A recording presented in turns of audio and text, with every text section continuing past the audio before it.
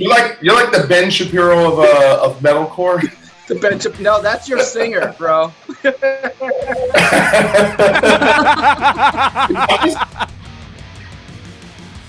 Welcome to this week's episode of Last Words here on The Pit. I'm Katy Irizarry, one of your co-hosts. I'm with Season of Mist and Loudwire, and I'm here with Coyle from the band Bad Wolves and also host of the X-Men podcast. And I'm Jordan Oaks from 2 Minutes to Late Night. And we got a real mensch as a guest this week, huh? We got Ben Weinman. Formerly of the Dillinger Escape Plan, currently playing with suicidal tendencies. I guess technically no one's playing with anyone right now, except behind the scenes. But Ben and I have known each other for 20 years. We grew up in Jersey doing shows in basements and tiny bars and garages. What I wanted to ask you real quick, as long as I've known you, you've been someone who's always like ahead of the curve. I can say there's probably not many people who could attest to your hard work more than I can. Oh, well, thank you. You're kind. But I wanted to know what you thought about this time period in terms of maybe what opportunities could lie outside of the normal band activities. Because I know you think that. Well, for the first time in history, a band guy can get probably unemployment. That's exciting. Probably make more money than they ever make sitting in their parents' basement writing, bad periphery riffs or something, whatever bands do now. So I think that's an opportunity. Sustainable. Have you tried to call unemployment? You can't do it. I don't know. I don't, take advantage of the taxpayers like some other people. So I make a real living. I'm married to a doctor. You're like the Ben Shapiro of metalcore. No, that's your singer, bro. Oh man, I'm just imagining Tommy sounding with like Ben Shapiro's voice. That would be hilarious. Can we expect any original music from you, kind of in the vein of heavy music that you've done before anytime soon? I mean, I have my Patreon, which I use to raise money for my animal sanctuary, and through that I release like solo music. A lot of it's like kind of electronic or weird, or which isn't rare for someone in Dillinger, obviously not as band oriented as maybe most of the Dillinger stuff was. I'm doing some other projects with some really cool people. I don't really want to talk about it yet because there's definitely projects like with other band guys that who they are, and it's really cool, and I'm excited to see those things come to fruition. But yeah, other than that, like I was saying to you guys before this, I'm working on a soundtrack, and that's been taking up most of my creative time right now. Can we expect? Sorry guys, I'm just one more question. I'll let him go. Can we expect another Draft Tongue Orchestra album? I don't know. I was actually talking to Pete Griffin, who played bass on it. He was kind of like the most level-headed, sane person in the whole band. So I was kind of like, should we always hear people say like, why don't you guys play? You never really played shows, and we'd like to hear more. So we were talking about maybe this is an opportunity to do some kind of a streaming concert or something where we could, despite the fact that we all have busy schedules and live in different places, do something maybe that a lot of people can see all at once who didn't get a chance to see it. But most likely that's not going to happen. It's just too many personalities, too much difficulties. But I had a really great time doing it, Getting a computer to Brent Hines? Not going to happen. No, I would definitely have to go pick up Brent Hines, put him in the basket of my bicycle, and drive him to my house for sure. Most of you know, last week there was the tragic passing of Riley Gale, the singer of Power Trip, and now Power Trip albums are charting on Apple's metal charts, on the rock charts. This makes a lot of sense. Power Trip, I think, were the most exciting thing in thrash music in a long time. It got so many younger people into thrash music who maybe previously didn't know about it. And especially now, people are just, they want to listen to Power Trip more than ever now. What do you guys think? We kind of talked about this recently in the concept of Metallica charting, and the reason being because they had good news. And we kind of touched upon how this kind of solidifies their legacy. And I think when you see this happen for a band like Power Trip, it really just shows their place and how impactful they were as a band. And it shows the impact that they had on this community and on the metal scene as a whole.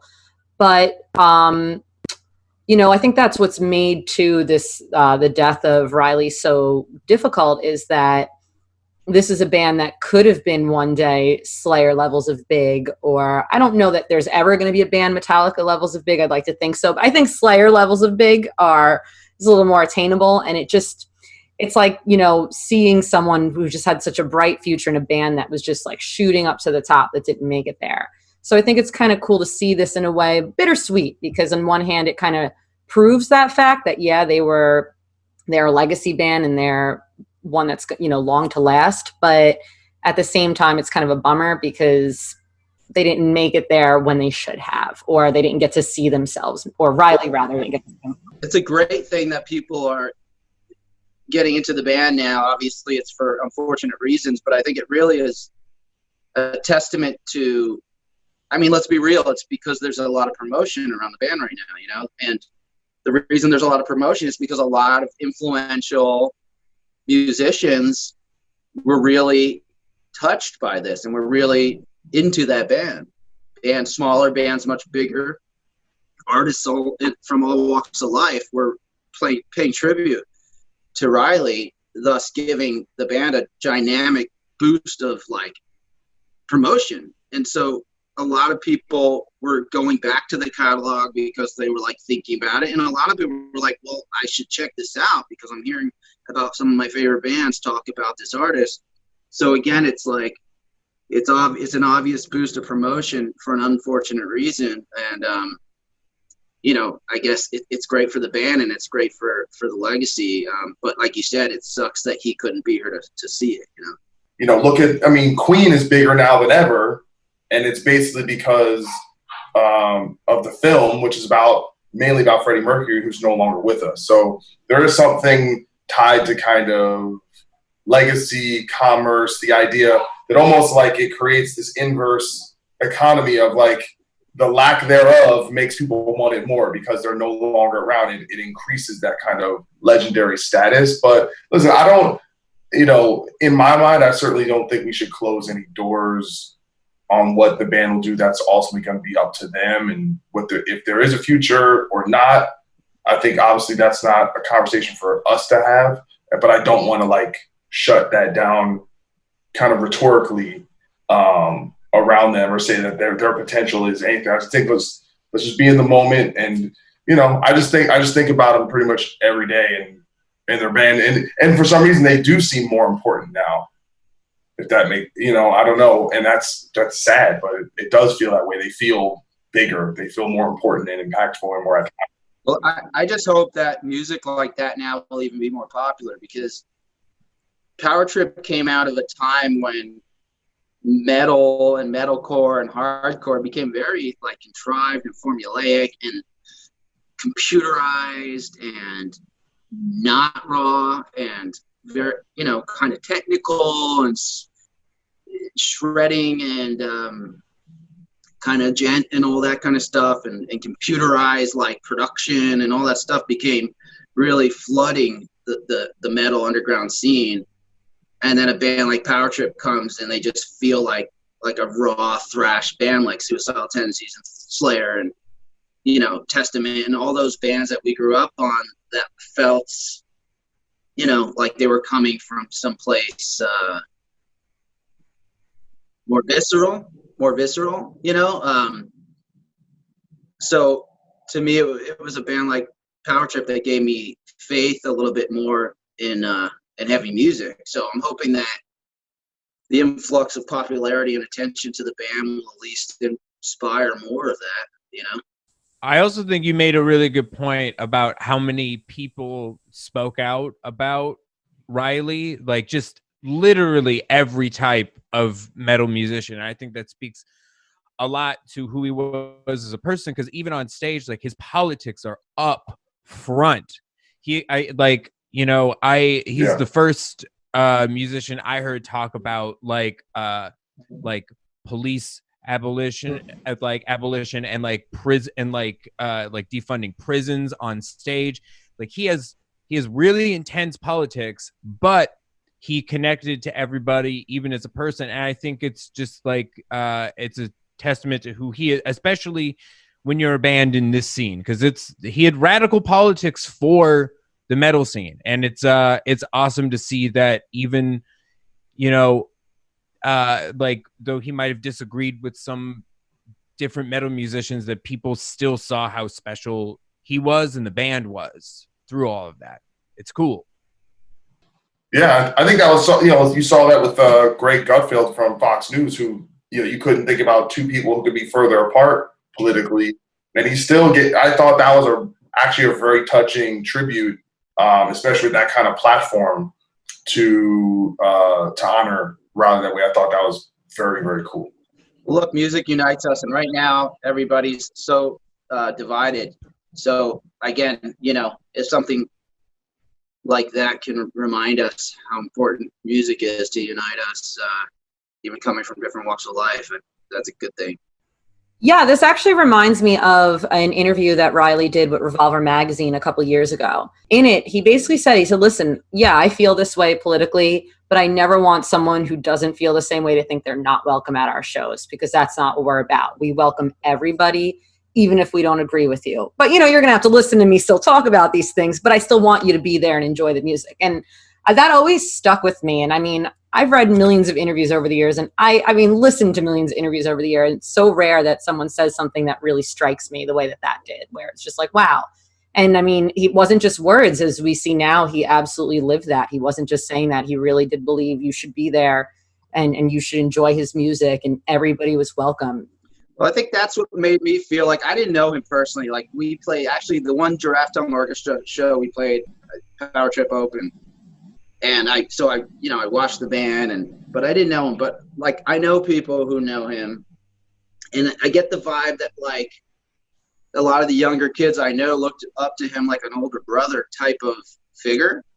And from me watching the band, as an older guy from the scene, you know, I felt like more of a peer with him as far as the way he conducted himself, because he wasn't part of that younger kind of like cancel culture. He was like, these are my politics. I'm going to say it on stage till I'm blue in the face, like all the bands that I came up with.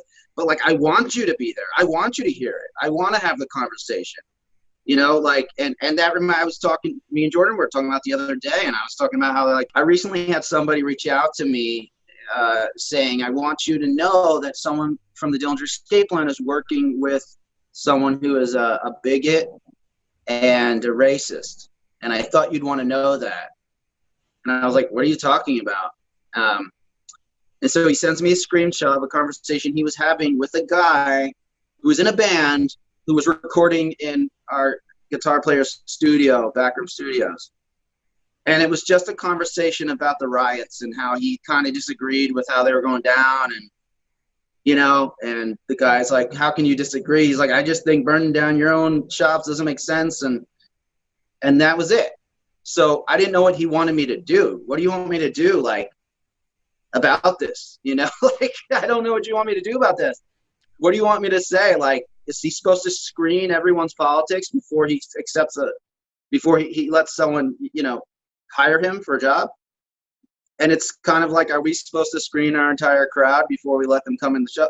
Like, you can't do that, and you shouldn't do that, you know, because it's those conversations and that influence you might have on people that can make the change. So the long-awaited third film in the Bill and Ted series, Bill and Ted Face the Music, just came out this week in some theaters, some drive-through theaters, VOD. You can get the movie pay-per-view, so there's kind of a mix of things going on right now. I don't know. Do you guys like this? These movies these sequels that come out years later? Do we, you know, soundtracks? You know, this movie. I think Lamb of God's on the soundtrack. Massive. You guys love these movie soundtracks. I know I loved, you know, The Crow and Last Action Hero. Those are big for me. What do you guys think? First of all, I love a good soundtrack. Growing up, soundtracks I felt were very pivotal in me learning about music, because this is, gonna sound really old here, like pre-MySpace, pre-like Google, internet, blogs. So you really had three ways: word of mouth, physical magazines, and through MTV. That was still a thing. But one of the big ways I felt I found a lot of music was through soundtracks. Just like you said, The Crow, Queen of the Damned. Even Dracula 2000, horrible movie, but great soundtrack. I mean, they had Pantera and Slayer and all kinds of great stuff. So I love seeing this because I think soundtracks still are an important way that people consume music. And I just think it's cool to see bands that we love, like Lamb of God and Mastodon, on there, and hopefully introducing people who maybe the old heads, the ones who were there because they remember Bill and Ted and they like Dust in the Wind, or the Megadeth theme song that they were using, or something like that. And maybe they're there now and they're getting introduced to like a whole new type of music that they were kind of ignoring or something. I love the movie, by the way. I was surprised because I thought the trailer was awful. And then I watched the movie. No spoilers. I'm not going to tell you, but I thought the movie was perfect. And there was a Dillinger Escape Plan flag in the kid's room. So yeah, I am a little biased. And maybe I'm using a lot, but somebody at least saw our logo. But like I'm not gonna. Well, I can't say anything. But yeah, you can't say anything. The final song, I would love to discuss with you guys. I would love to discuss the final song. So bad. It's what Animals as Leaders wrote a song for the movie. Oh. They did? Yeah, Tosin Abasi from Animals as Leaders is the air guitar sound. Like anytime they're doing little shred fingers. Oh, really? That's awesome. I didn't know that. It's because Tosin. I heard he was in the movie and I couldn't find him anywhere in the movie. I was like, where is he? I was looking for him. Nah, he's air guitar, baby. That's him. Yep. That was him. Awesome. And he also here's the thing. Have you guys seen the other Bill and Ted's? Yes, of course. Yes, I'm a Bogus Journey stan myself. I think that's like the tops. I love Robots. I love Faith No More. It's my favorite one. There's talk in all the movies about like they eventually write a song, and of course that's gonna be like in the final Bill and Ted film. You will hear the song, and Tosin Abasi and Animals as Leaders, they write the final song. That they wrote that? They wrote that. No. Yeah. They wrote the final song. Yeah. I don't know what it's in the credits. All right. Well, we'll find out. We'll find out. We can't talk about it yet because they haven't seen the movie.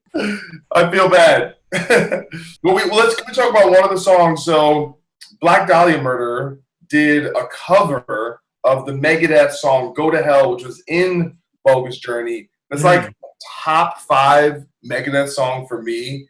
It's so good. It's so weird that it's so good. It's so good. So you need to play this song live because I love that song. I would say that the cover, it's almost like identical. Like they identical, like nothing. It's kind of eerie. It's like, damn, man, I thought they throw a blast beat in there or something. Yeah, that was a surprising move from the Black Dahlia Murder. Yeah, they did it. It was straight. They had reverb on the guitars. That's it. That's the only thing that's different. It's very different because I come from the 2004 era of like they're covering Paint It Black, and it's a completely different animal. So I expected some kind of like Norwegian influence in the cover, but nope. And it was fun. Good job. Well, I feel disappointed I haven't seen the movie yet. Same. I wish we could talk about this song. All you gotta do is go on the damn TV and buy it. I know. We have literally no excuse. But I made plans to see it on like a specific day. So that's why. Right. Okay. For the drive-in thing, yeah. No, we're just gonna come over my house. We're gonna do Mulan, and then we're gonna do the double feature. Like we're at movies at home. So I got the 85-inch 4K pimping. I'll come over and watch that too. I'll be there. Count me in. For me, I saw those movies when I was really young. I think the special thing about Bill and Ted is there's been just like a lot of like rock and roll comedy stuff. And for the most part, they don't pay attention to like specifically what the music that people like the target audience actually is obsessed with. And Bill and Ted, the original 2 movies, had a really special way of zeroing in on like what, especially like Bogus Journey, like that movie is full of Megadeth and like Faith No More. Jim Martin from Faith No More is in the movie. I recently watched them all because I showed my kid, my 8-year-old, and he loves them. And but I was thinking about the other day, like, would that movie have ever been greenlighted like today? Now, obviously, it's like Keanu Reeves, so like, let's do the movie. He's a huge star. But like, I think about it, like back then, was it just like, oh, it's gonna be, you know, it's like one of those Encino Man movies, like just whatever, it's stupid. Just who was like, this is a good idea. It came out after Back to the Future, so they were like, listen, like maybe there's Spinal Tap. You have Spinal Tap. You have Back to the Future. You can sell it as that. Yeah, but it wasn't Back to the Future. It was like these 2 dudes who were like, yeah, it was like Pauly Shores, you know, they were like 2 Pauly Shores. Pauly Shore didn't even exist yet, like that. He must have. All I know is that, like, I think about the premise, taking out what we know and how rad it was, and like how Keanu ended up being who he is, all this stuff. And I'm like, man, like somebody like spent a lot of money making this movie, not knowing how sick it's gonna, like how important it's gonna be, or maybe they knew. I just feel like today it wouldn't happen. I feel like there would be, you know, you just have to replace the music that people are obsessed with, because I think the special thing about Bill and Ted is how musically nerdy it is. Wayne's World is so awesome and it's great, but like for them, they're just using like the surface level bands that, you know, everybody kind of knows. Like everybody knows Aerosmith. Most people know. Wayne's World was an already popular Saturday Night Live skit with arguably like huge stars in it. You know what I mean? So they just were like, right. Mike Myers, not only were you an amazing killer in Halloween, you were a very funny guy in Saturday Night Live, and you're going to write a great script. Whatever you want to do it. You know what I mean? You know, if you think about it too, with Bill and Ted and like these movies, this is really kind of a genre of its own that I think really thrived in like the late 80s, early 90s. Right. You had Encino Man. Airheads was another great one. Airheads. Wayne's World. Bill and Ted. I feel like I'm missing some stuff here. Well, the point is that could it happen now? What would it be? Just like TikTok, the movie? There's a Pixar movie, Onward, that's about metal. And there's also oh my God, Heavy Trip, which is a comedy movie. It's like from Sweden, but it's hilarious. Metal and comedy have been together since like the 70s. You know, people just really want to see that. But I think also like you could just make a like a music comedy film. Like I think the version of this that you'd see is, it wouldn't be like TikTok necessarily, but I think you just would make it with like a different genre of music. I think you could do it. You know what movie, by the way, I just thought of the movie Role Models, where they're obsessed with Kiss, and like the whole movie is just basically like a billboard for Kiss. Well, you know, it's literally a billboard for Kiss, Detroit Rock City. Oh, right. Yeah, also true. All right, that does it for us here at Last Words here on the Pit. Ben, tell the people where they can find you and your farm. You can't find me. Leave me alone. What do you want from me? Yeah, I don't know. Jordan, you pitch for me. Come on. I don't know. I'm tired. I have children. It's 9:30. You can follow Ben Weinman at Don't Follow Ben Weinman, on Instagram at Leave Ben Weinman Alone, at Twitter.com. Donate to his Patreon because it helps animals, you monsters. Katy, plugs. At Merciful Kate on Twitter and Instagram. Doc. You can find me at DOCCOYLE at Doc Coyle. Holla at your boy.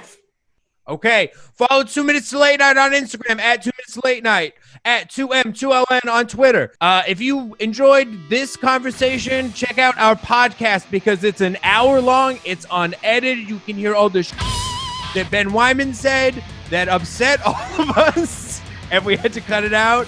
Good to see you, man. Text me tomorrow and ask me to ask Mike Patton for something. Okay, yeah. Keep going. Talk to you later, guys.